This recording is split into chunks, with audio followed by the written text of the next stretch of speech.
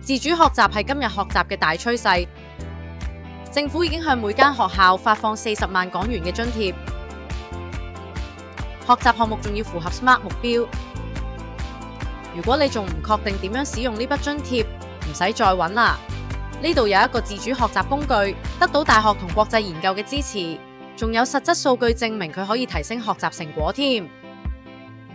結合 Moodle.ai 自主學習平台，學生可以隨時隨地練習，達到良好嘅訓練效果。Moodle.ai 喺人工智能平台上提供全面嘅溝通培訓解決方案，輔助學員進行溝通同演講技巧嘅練習，針對語言同非語言交流，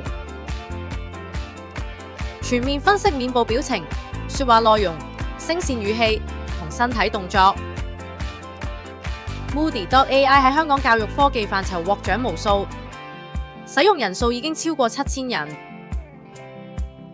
如果你都想用推廣自主語文學習一筆過津貼幫助學生喺語文學習上加速向前，即刻聯絡我哋，了解更多關於呢個國際研究嘅解決方案啦！